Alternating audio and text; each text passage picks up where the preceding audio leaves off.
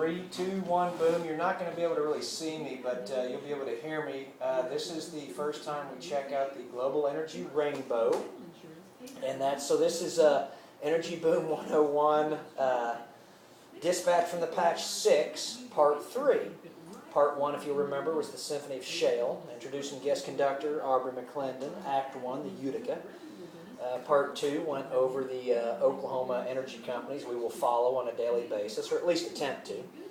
Part 3, we're now going to give you the basic idea behind the global energy rainbow, which is just that we're going to do our best to try and simply track what's going on with the global energy rainbow. And you should think of that as a rainbow that is blended with everything that has to do with energy and its influence. Economics, politics, capitalism and humanity blended together. That's what it is. Global energy rainbow is capitalism and humanity blended together, and we're watching it unfurl as we speak. Now, we already covered how it's unfurled in the United States, so welcome to the first sort of chapter of the global energy rainbow, Chapter 1, Greenland.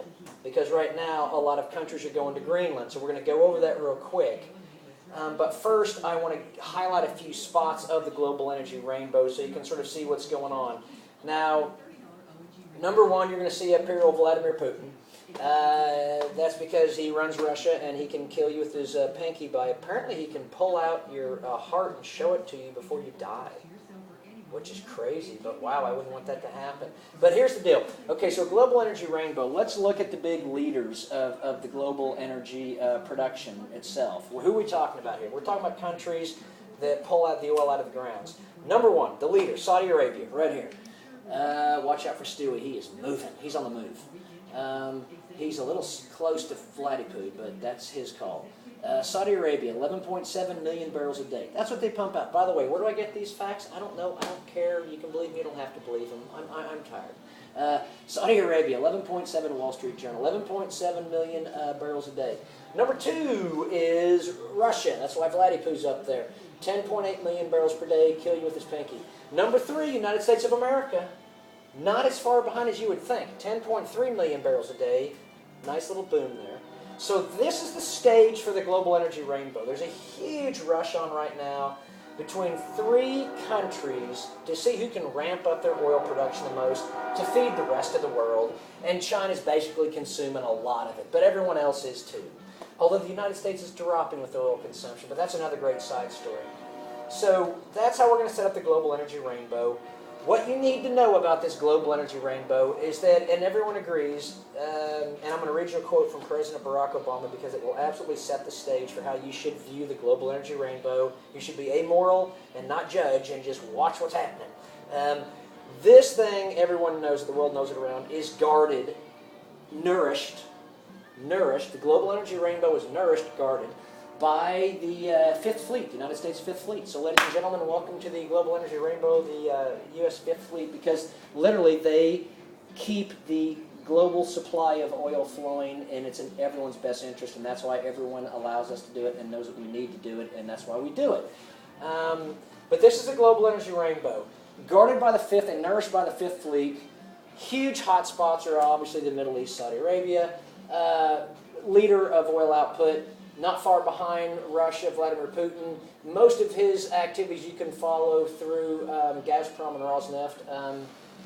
The United States, not far behind at 10.3. Most people think that we've actually probably already surpassed Russia. Definitely in total energy production, maybe even in oil production. We'll see how it goes with Saudi Arabia. You'll hear a lot of rhetoric, a lot of inflammatory language, but it's all great stage theater, maybe. Look, right above us, Canada. 2.3 million a day. So they don't produce as much as you would think. We actually import a lot from them.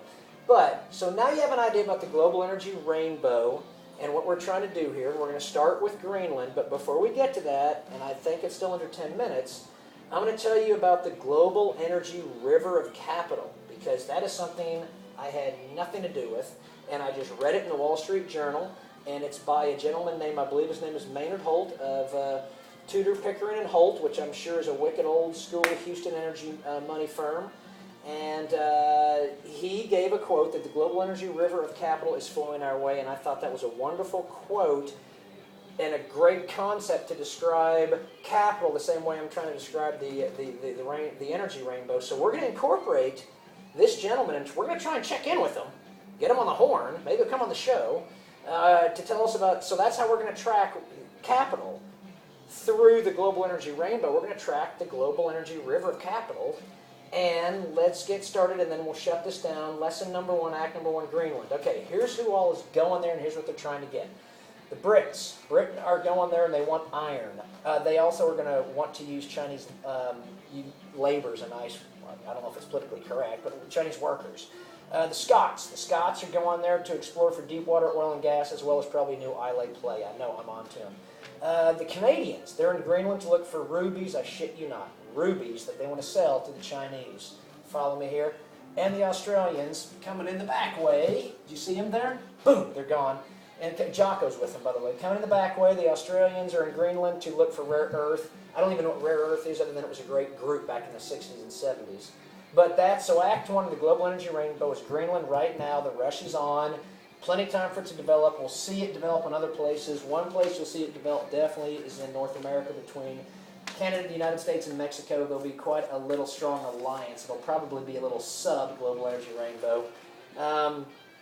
I'm going to try and read Obama's quote to set the stage, and if we get it in, great, because it's really worth reading because it really explains everything. Here we go. Let me read this. Okay, President Obama at the United Nations in September said the U.S. remained committed to the region's energy flow. And I quote, "Although America is steadily reducing our own dependence on imported oil, the world still depends on the region's energy supply, and a severe disruption could destabilize the entire global economy." Probably a really, really good, simple, factual statement that I'm thinking might be the best way to understand this thing as it unfurls.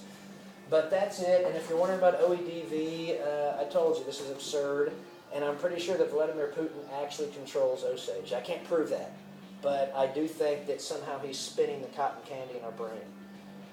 I'd love to get him on the show, by the way. That's it. 3, 2, 1, boom.